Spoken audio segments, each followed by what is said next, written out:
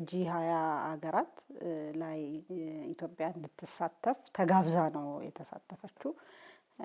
የጂ20 አባል ሀገር ባትሆንም ከተጋበዙ ጥቂት ሀገራት ውስጥ ናት እና የመጀመሪያው ነገር ለመጋበዝ መብቃት የተወሰነ መታየት ያለበት ክራይቴሪያ ስላለ ያንን በማየት ነው። ከተጋበዙ ሀገራትም እንግዲህ ቅድሚያ ከሚሰጣቸው ሀገራት ውስጥ ነው የሆነችው። እንግዲህ በኢኮኖሚ መጠን ለአፍሪካ ባለው አንድ ሀገር ለአፍሪካ ህብረትም ይሁን አጠቃላይ ለአፍሪካ ለአህጉሩ ለቀጠናው ባለው ኢንፍሉዌንስ ተደማጭነት ታሪካዊ እንግዲህ አስተዋጽኦ መሰረት ያደረጉና አሁን እየተሰሩ ያለው ስራዎችንም የለውጥ ስራዎች መሰረት በማድረግ ኢትዮጵያ በጂ20 ስብሰባ ላይ እንግዲህ ግሬት ቶይን የሚባሉ ናቸው አይደለም ሀገራት ስብሰባ ላይ ተጋብዛ ነው የሄደችው ማለት ነው። ይሄ ትልቅ ነገር ነው።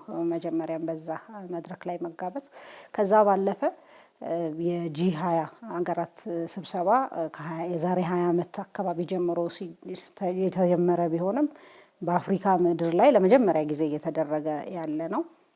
በዚህም እንግዲህ ደቡብ አፍሪካ ፕሬዚደንሲውን ስትቀበል አንድ ለማሳካት ከሄደችበት መንገድ አንዱ ይሄ ስብስብ የአፍሪካ ሀገራትንም ድምጽ የሚሰማ አፍሪካ ሀገራት በአንድ ድምጽ መምጣት ያለባቸው ምክንያቱም የአፍሪካ ህብረት እንግዲህ በ2023 አካባቢ አባል ሆኗል ማለት ነው እና የዚህ የጂ20 ስለዚህ አንድ ድምጽ ሆኖ የሚመጡበት በማለት የአፍሪካ ሀገራትም ድምጽ የሚሰማበት እንዲሆን በመደረጉ ክቡር ጠቅላይ ሚኒስትራችን በጣም ጥሩ የሆነ ኮንትሪቢዩሽን አድርገዋል። በንግግር በዋናውም ስብሰባ በመሪዎች መክፈቻ ላይም ሌሎች ተጓዳኝ በተደረጉ ስብሰባዎች ላይና ኢትዮጵያ እየሰራች ያለችውን ነገር ለመግለጽ እድል ሰጥቷል። በአጠቃላይ ይሄ የብዝሃ ወገን የምንለው አይነት መልቲላተራል የምንለው መድረክ በጣም ብዙ ቻሌንጅ እየተደረገ ባለበት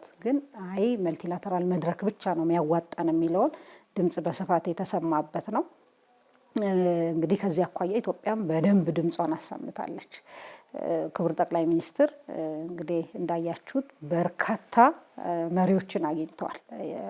ሁለትዮሽ ውይይት አድርገዋልና በደንብ ውይይቶቹም የሚያሳዩት የኢትዮጵያ ተፈላጊነት በከፍተኛ ሁኔታ የኢትዮጵያ ቪዚቢሊቲ በከፍተኛ ሁኔታ መጨመሩን ነው። ቅድም እንዳልኩት ኢትዮጵያ ኢግኖር የምትደረግ አገር አይደለችም ካሁን በኋላ እየሄደች ያለችበት መንገድ።